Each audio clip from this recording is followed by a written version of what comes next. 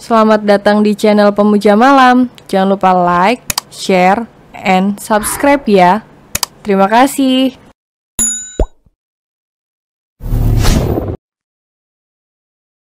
Episode 37 Rasa Khawatir. Tadi setelah menikmati tidur siang, Aurelia menyempatkan untuk memasak untuk majikan kecilnya dengan menggunakan bahan yang ada di lemari pendingin. Iya, Mbak jadi masak sop buat abang. Nih sekarang Mbak ambilkan sopnya buat abang, jawab Aurelia. Sembari mencentong sop tersebut untuk dipindahkan ke mangkok yang lebih kecil. Kemudian dia melanjutkan mencentong sayur sop ke dalam 2 mangkok kecil. Setelah itu dia meletakkannya ke sisi Emran dan Mama Siva. Nyonya, Tuan silakan dicoba masakan saya, semoga cocok di lidah Nyonya dan Tuan, pinta Aurelia dengan mengulas senyum tipisnya. Mama Siva menerima mangkok sop tersebut dengan senang hati. Kalau cucu ibu suka dengan masakanmu, berarti masakan kamu enak, jawab Mama Siva. Ibu coba dulu ya, lanjut kata Mama Siva, lalu memulai mencicipinya. Iya Nyonya, jawab Aurelia sembari menatap Nyonya besarnya, sedangkan Emran tidak dia perhatikan. Saya coba dulu sopnya, sambung Emran yang rupanya agak kesal karena Aurelia tidak memperhatikan dirinya. Wanita muda itu pun menolehkan wajahnya agar bisa menatap tuan besarnya. Iya silakan Tuan, semoga cocok sama rasanya, jawab Aurelia agak canggung. Setelahnya dia mulai menyuapi majikan kecilnya. Mama Siva terlihat menikmati sop kimlo buatan Aurelia. Ternyata kamu pandai memasak juga, Aurelia. Rasanya enak dan cocok di lidah ibu, ucap Mama Siva memuji, lalu menuangkan sop kimlonya di atas nasinya.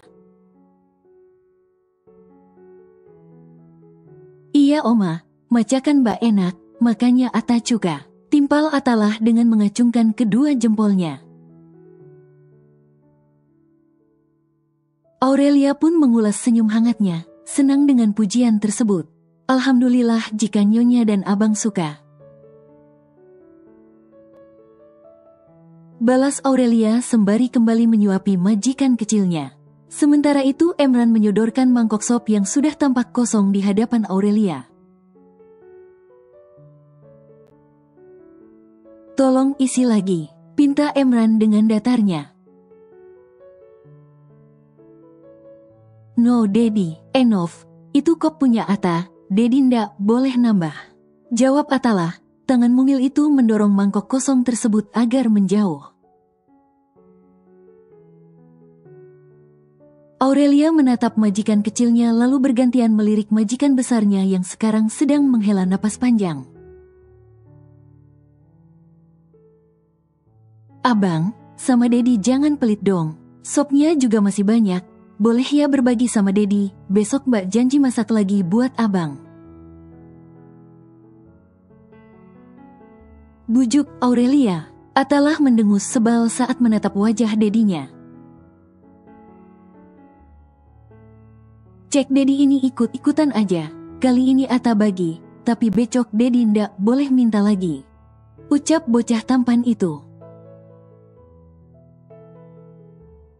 Ya, San, jawab Emran agak kesal, tapi anaknya sendiri, dia pun melirik wajah Aurelia. Wanita itu kembali menuangkan sop kimlo ayam pada mangkok kosong tersebut, dan memberikan kembali mangkok yang sudah terisi ke Emran. Tidak ada ucapan terima kasih atau pujian seperti Mama Siva. Yang jelas pria itu menyantapnya dengan lahap bersama lauk pauk lainnya. Aurelia, Kamu sekalian makan saja di sini, dan mulai besok tidak perlu pakai seragam naninya. Pakai baju yang sudah tersedia di kamar kamu. Ucap Emran di sela-sela dia menyantap makan malamnya dan tanpa menatap wanita itu. Raut wajah Aurelia agak bingung mendengar perintah Emran. Selama ini etika makan Maid tidaklah satu meja dengan majikannya. Biasanya dia akan makan di dapur setelah selesai mengurus Atalah. Dan satu lagi dia juga agak bingung kenapa tidak usah mengenakan seragam mulai esok hari. Maaf Tuan, apakah saya dipecat bekerja dari sini, hingga besok saya tidak boleh menggunakan seragam? Tanya Aurelia dengan netranya yang mulai berembun. Uhuk, uhuk. Tiba-tiba saja Emran tersedak dengan makannya sendiri. Pak Yusuf buru-buru menyodorkan air minum pada majikannya. Sementara Rida yang standby di ruang makan juga, mendengar hal itu hatinya sudah mulai kegirangan. Mampus lo Aurel, kamu dipecat juga akhirnya. Batin Rida sorak bergembira. Kedua bahu Aurelia yang tegap akhirnya jatuh melorot, pandangannya pun ditundukkannya. Dia sangat tak menyangka jika nasibnya akan diberhentikan kerja di mansion Emran. Apa boleh buat Aurelia hanya bisa pasrah. Atalah menatap sedih pada pengasuhnya, lalu mengalihkan tatapannya pada dedinya dengan menunjukkan wajah galaknya. Dedi mau pecat Mbak Aurelia, Dedi jahat, Dedi jahat. Teriak Atalah, bocah kecil itu pun turun dari bangkunya lalu menghentakkan kedua kakinya ke lantai, kemudian berlarian. Melihat hal itu, Aurelia meletakkan piring milik Atalah yang sedari tadi dia pegang ke atas meja makan. Lalu dia mengejar majikan kecilnya, dan Rida pun diam-diam ikut keluar dari ruang makan. Lalu mengikuti Aurelia dari belakang, pura-pura ikutan mengejar Atalah. Menurut Rida ini adalah kesempatannya untuk mengambil hati majikan kecilnya. San, bukan begitu maksud Dedi, sahut Emran agak meninggi suaranya. Kenapa jadi begini? Mah, aku tinggal dulu. Lanjut kata Emran sembari beranjak dari duduknya. Makannya pun belum selesai karena Atalah sudah mulai ngambek. Abang jangan lari, lari nanti jatuh. Teriak Aurelia, tak disangka bocah kecil itu berlari sekencang mungkin menuju area belakang. Ata cebal ama Dedi, teriak Atalah sambil menangis. Tuan Ata, hati-hati nak, nanti kamu bisa terjatuh. Pinta Rida agak sedikit berteriak. Aurelia pun menoleh ke belakang bahunya dan nampaklah Rida dengan senyum sinisnya.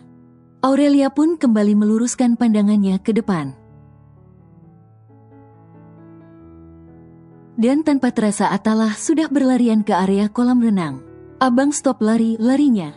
Abang nanti kepeleset di kolam renang. Teriak Aurelia berusaha membujuk sembari mengejar. Rida yang sudah berada di samping Aurelia dengan sengaja menubruk bahu Aurelia. Hingga tubuh wanita itu kehilangan keseimbangan. Apalagi lantai yang dia pijak sangatlah licin karena percikan air kolam renang. Alhasil,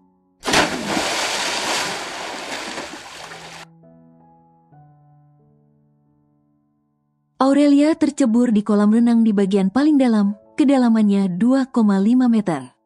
Rida menyunggingkan sudut bibirnya ketika Aurelia tercebur ke kolam renang. Sementara langkah mungil Atalah berhenti saat mendengar suara orang tercebur ke dalam kolam renang. Mbak Aurel. Teriak Atalah dari tempatnya dia berdiri. Untung saja ada salah satu mayat berada di sana. Dan mencegah Atalah untuk agak menjauh dari tepi kolam renang. Pada dasarnya Aurelia bisa berenang karena sering berenang di hilir sungai dekat rumahnya. Akan tetapi karena tidak ada persiapan dan memang terjadi begitu cepat saat dirinya tercebur. Kedua kakinya juga tiba-tiba saja kram, hingga dia tidak bisa menggerakkan kedua kakinya. Tolong!" teriak Aurelia. Kedua tangannya terulur ke atas permukaan air, tapi tubuhnya tidak bisa diajak kerjasama. Napasnya pun mulai kekurangan oksigen dan dia pun tampak gelagapan mengatur napasnya. Hingga semakin lama kepala Aurelia pun tenggelam ke dalam kolam renang. Dari kejauhan Emran berlarian dengan cepat dan dia sempat juga melihat gerakan Rida dari belakang menyenggol bahu Aurelia. Entah disengaja atau tidaknya, keterlaluan kamu, Rida. Teriak Erman penuh emosi. Netranya langsung melihat tubuh Aurelia sudah berada di dalam kolam renang. Pria itu pun melepas alas kaki dan menceburkan dirinya untuk menyelamatkan Aurelia. Tubuh Rida sontak gemetaran saat Emran sempat meneriakinya lalu menghunuskan tatapan tajamnya pada dirinya. Wah gawat, semoga saja Tuan Emran tidak melihatnya. Batin Rida mulai ketar-ketir. Atalah semakin menjerit tangisannya, meraung-meraung melihat Aurelia tenggelam dalam kolam renang. Untung saja Mama Siva ikutan menyusul ke sana, dan langsung menenangi cucu satu-satunya itu. Kemudian membawanya masuk ke dalam. Emran dengan rasa khawatirnya begitu besar, sangat mudah meraih tubuh mungil Aurelia. Dan dengan memeluk tubuh tersebut dia membawanya ke tepi kolam. Dan di tepi kolam sudah bersiap-siap Pak Yusuf dan salah satu ajudannya untuk mengangkat Aurelia ke atas. Aurelia diletakkan di atas permukaan lantai dengan hati-hati. Emran bergegas naik ke atas kolam renang dan meraup wajahnya yang basah dengan deru napasnya yang berat. Setelah itu dia mengecek nadi serta napas Aurelia dengan mendekatkan telinganya ke hidung wanita itu. Pak Yusuf hubungi dokter sekarang juga dan siapkan minuman hangat. Perintah Emran dengan sedikit berteriak. Baik Tuan. Jawab patuh Pak Yusuf. Emran kembali menatap wajah pucat Aurelia. Dan dia mulai melakukan tindakan cepor dengan berbekal ilmu yang dipelajarinya. Berawal menekan dada Aurelia dengan kedua tangannya berulang kali. Kemudian Emran membuka mulut Aurelia dan sudah tentu memberikan napas buatan. Ayolah sadarlah, Aurel. Pinta Emran mulai tambah cemas karena sudah 2 kali memberikan napas buatan belum juga sadar. Lalu dia kembali menghentakkan dada Aurelia dengan kedua tangannya. Dan mengulangi memberikan napas buatan melalui mulutnya. Di saat ketiga kalinya bibir Emran bersentuhan dengan bibir Aurelia untuk memberikan napas buatan. Tiba-tiba saja kelopak matanya terbuka. Dan wanita itu langsung menatap wajah Emran yang sudah tak ada jarak lagi dengan wajahnya. Netra Emran pun ikutan melebar saat melihat Aurelia membuka matanya. Dan dia pun menarik bibirnya dari bibir wanita itu secepat mungkin. Kemudian Aurelia langsung terbatuk-batuk sembari mengeluarkan air kolam yang sempat terminum olehnya. Alhamdulillah, akhirnya selamat juga. Gumam Erman bernapas lega. Diikuti dengan orang yang ada di sekitar itu juga, turut lega melihat Aurelia selamat. Selama Aurelia terbatuk-batuk dan mengatur napasnya, pria itu memiringkan punggung wanita itu lalu menepuknya dengan lembut agar napas Aurelia bisa kembali teratur. Lalu, Emran menyelisipkan kedua tangannya ke bagian bahu serta paha Aurelia untuk digendongnya ala bride style. Wanita itu pun tersentak dan semakin membulat netranya saat tubuhnya digendong untuk kedua kalinya. "Rangkul leher saya," pinta Emran tanpa ekspresi. Aurelia pun menurutinya walau rasanya meragu dan tidak enak hati pada pria itu. "Rida, kamu harus bertanggung jawab atas tindakanmu yang sudah berani mencelakakan Aurelia," sentak Emran saat menatap Rida sebelum melangkahkan kakinya dengan sorot mata yang berapi-api. Gak tuan. Saya tidak mencelakakan Aurel. Saya tidak berbuat apa-apa," jawab Rida gelagapan sembari menggoyangkan kedua tangannya. Pria itu tersenyum miring. "Tidak perlu kamu mengelak. Pak Yusuf, tolong dipantau Rida saat ini. Saya mau mengurusi Aurelia. Dan Eka, tolong bantu saya menggantikan pakaian Aurel," perintah Emran dengan tegasnya. "Baik tuan, dokter sudah saya hubungi dan sekarang sedang perjalanan ke sini," jawab Pak Yusuf. Emran hanya bergumam sebagai jawabannya. Kemudian dia melangkahkan kakinya yang sempat tertunda menuju kamar Aurelia di lantai 2. Diikuti oleh Eka di belakangnya dan salah satu maid yang membawakan minuman hangat. Sementara itu Pak Yusuf menaikkan salah satu alisnya saat melirik Rida yang tampak kebingungan. "Sepertinya kamu berulah di sini, Rida. Semoga saja kamu tidak sampai dipecat. Sebaiknya kamu ke kamar sekarang juga dan renungkanlah perbuatanmu. Walau kamu mengelak atas tindakanmu, tetap saja ada bukti nyata yang tersimpan," tegur Pak Yusuf selaku yang bertanggung jawab atas para pelayan yang bekerja di mansion Emran. "Sumpah Pak Yusuf, saya tidak melakukan apapun. Aurel kecebur sendiri di kolam renang tadi.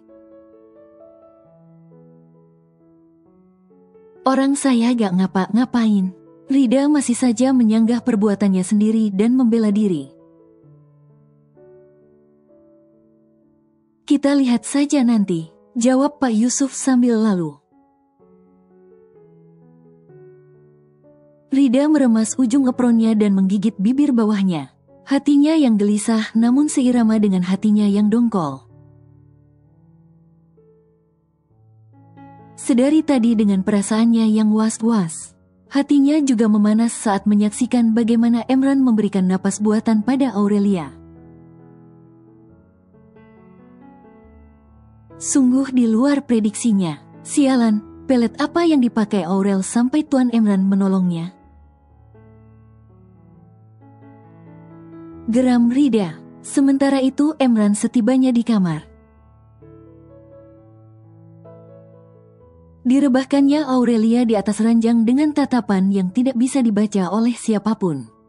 Sedangkan Aurelia memang sengaja tidak terlalu memperhatikan wajah pria tampan itu, lebih banyak menunduk.